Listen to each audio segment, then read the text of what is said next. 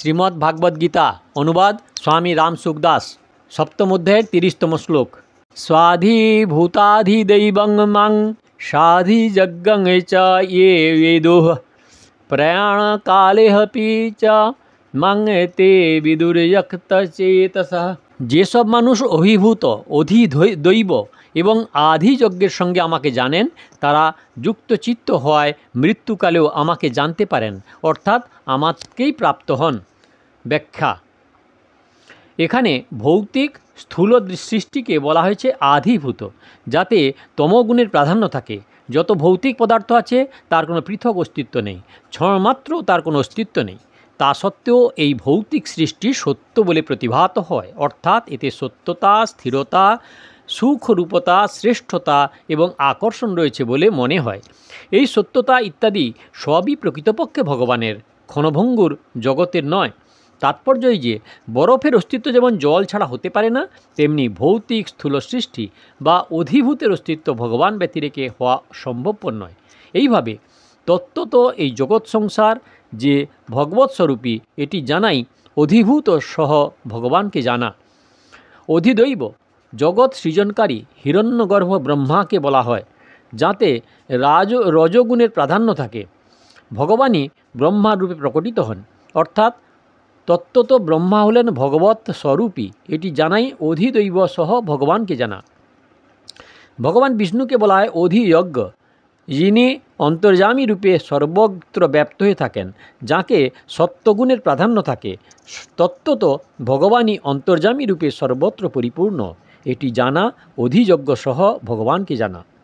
অধিভূত, অধিদৈব এবং অধিযজ্ঞ সহ ভগবানকে জানার অর্থ হলো যে ভগবান শ্রীকৃষ্ণের শরীরের কোনো একটি মাত্র অংশে বিরাট রূপ বিদ্যমান, এবং সেই বিরাট রূপে অধিভূত, অধিদৈব এবং অধিযজ্ঞ, অনন্ত ব্রহ্মাণ্ড, ব্রহ্মা, বিষ্ণু ইত্যাদি সবই বিদ্যমান। যেমন অর্জুন বলেছিলেন যে, হে দেব, আমি আপনার শরীরের সকল প্রাণীকে, যার নাভি হতে কমল বহির্গত হয়েছে, সেই বিষ্ণুকে, কমলের উপর বিরাজিত ব্রহ্মাকে এবং শঙ্কর প্রভৃতিকে দেখতে পাচ্ছি। অতএব তত্ত্বত অধিভূত, অধিদৈব, অধিযজ্ঞ ভগবান শ্রীকৃষ্ণই সমগ্র ভগবান, যিনি সাংসারিক ভোগ ও সংগ্রহের প্রাপ্তি অপ্রাপ্তিতে সম থাকেন এবং সংসারে সর্বতোভাবে নিবৃত্ত হয়ে ভগবানে মনোনিবেশ করেন, তাহাদের যুক্তচেতা ব্যক্তি বলা হয়।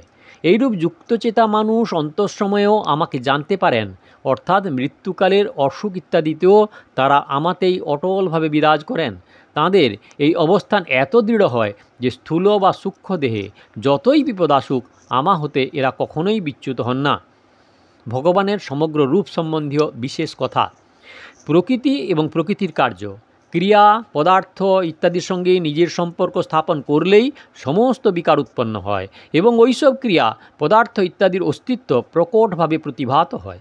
কিন্তু প্রকৃতি এবং তার কার্যগুলি থেকে সর্বতোভাবে সম্পর্ক ছিন্ন করে ভগবৎ স্বরূপে স্থিত হলে এইগুলি পৃথক সত্তা ওই ভগবৎ তত্ত্বে লীন হয়ে যায়।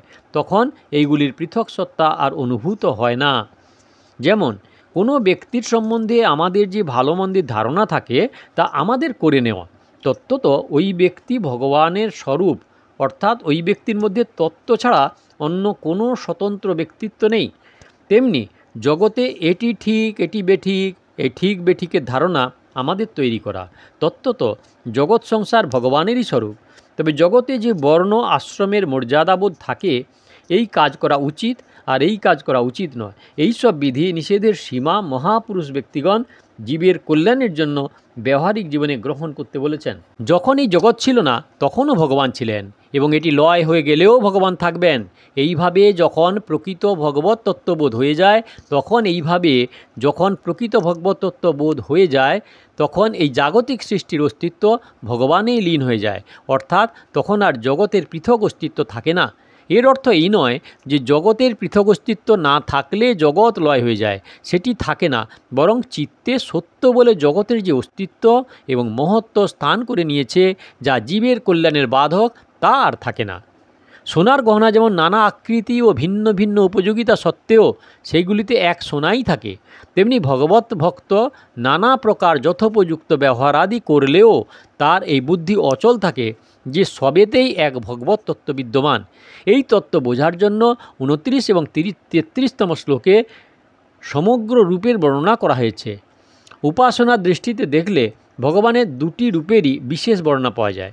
এক হলো সগুণ আর অপরটি নির্গুণ। সগুণের দুটি ভাগ, এক সগুণ সাকার, অন্যটি সগুণ নিরাকার। কিন্তু নির্গুণের কোনো ভাগ হয় না, নির্গুণ নিরাকারই শুধু হয়। তবে নিরাকারের দুটি ভাগ হয়, সগুণ নিরাকার এবং নির্গুণ নিরাকার। উপাসনাকারীরও দু প্রকার হয়ে থাকে, এক সগুণ বিষয়ে রুচিসম্পন্ন এবং অপরটি হলো নির্গুণ বিষয়ে রুচিসম্পন্ন।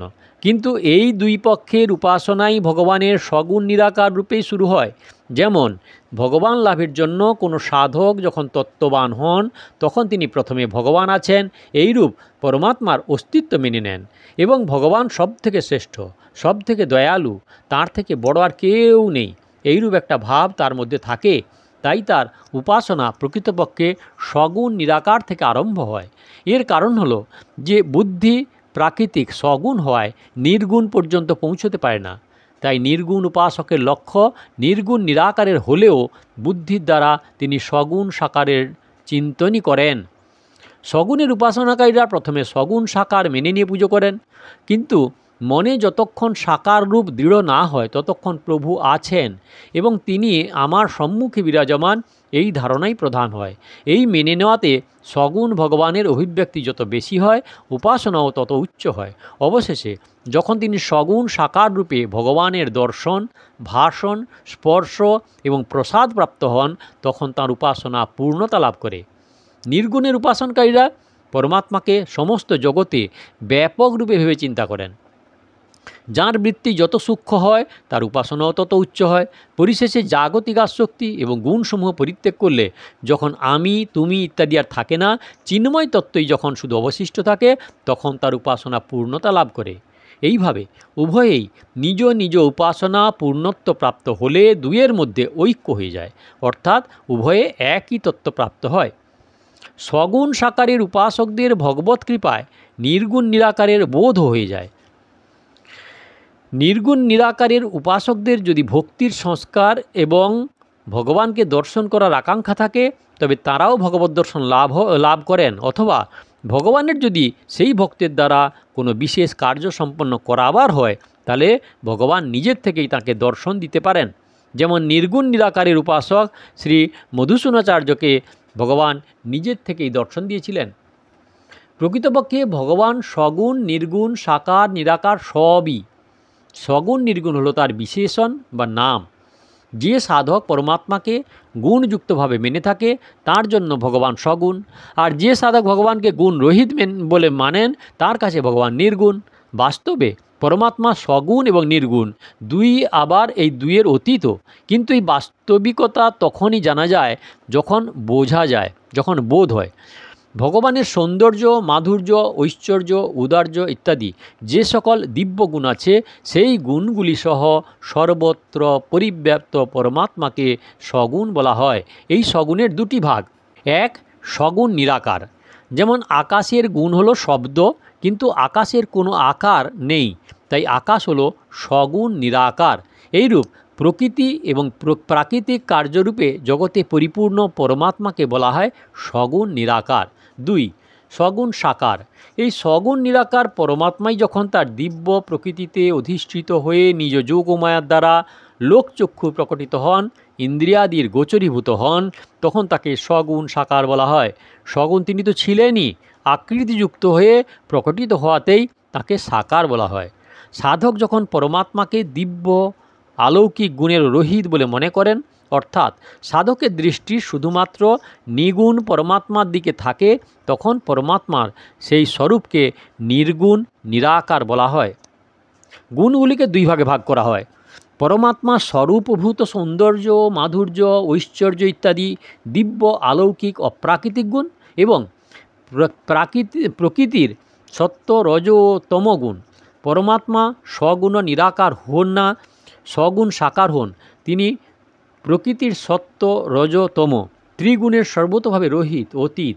যদিও তিনি প্রকৃতির গুণগুলি স্বীকার করে সৃষ্টির উৎপত্তি, স্থিতি ও প্রলয়ের লীলা করে যাচ্ছেন। তা সত্ত্বেও তিনি প্রকৃতির গুণগুলির থেকে সর্বতভাবে রহিত থাকেন। যিনি গুণের দ্বারা কখনো আবদ্ধ হন না, গুণসমূহের উপর যার পূর্ণ আধিপত্য থাকে, সেই পরমাত্মাকে নির্গুণ বলা হয়।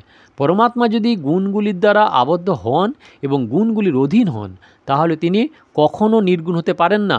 নির্গুণ তিনিই হতে পারেন যিনি সমস্ত গুণের অতীত। সেই পরমাত্মাই সর্বগুণান্বিত হন। তাই ভগবানকে সগুণ, নির্গুণ, সাকার, নিরাকার ইত্যাদি সবই বলা যায়। এই পরমাত্মাকেই 29-30তম শ্লোকে সমগ্ররূপে বর্ণনা করা হয়েছে। ওং তৎসদিতি শ্রীমদ্ভগবদ্গীতাসুপনিষদুষু ব্রহ্মবিদ্যায়াং যোগশাস্ত্রে শ্রীকৃষ্ণার্জুন সংবাদে জ্ঞান বিজ্ঞান যোগ নাম সপ্তমোধ্যায়। এইভাবে ওং তৎসৎ ভগবানের এই নাম উচ্চারণপূর্বক ব্রহ্মবিদ্যা ও যোগশাস্ত্রময় শ্রীমদ্ভগবদ্গীতা উপনিষদ রূপ শ্রীকৃষ্ণ অর্জুন সংবাদে জ্ঞান বিজ্ঞান যোগ নামক সপ্তম অধ্যায় সম্পূর্ণ হলো। এই হলো শ্লোক নাম্বার 30 আর সপ্তম অধ্যায়ের সমাপ্তি। দয়া করে সাবস্ক্রাইব করুন, ভালো লাগলে লাইক করুন, শেয়ার করুন, আর পেছনের ভিডিও দেখতে হলে কাকন বাসুতে ক্লিক করে শুরুর থেকে দেখুন। 1 থেকে সমস্ত শ্লোকের বর্ণনা বা ব্যাখ্যা এখানে পাবেন। দয়া করে কমেন্ট করবেন, আর আগের ভিডিও দেখতে হলে দয়া করে অপেক্ষা করুন।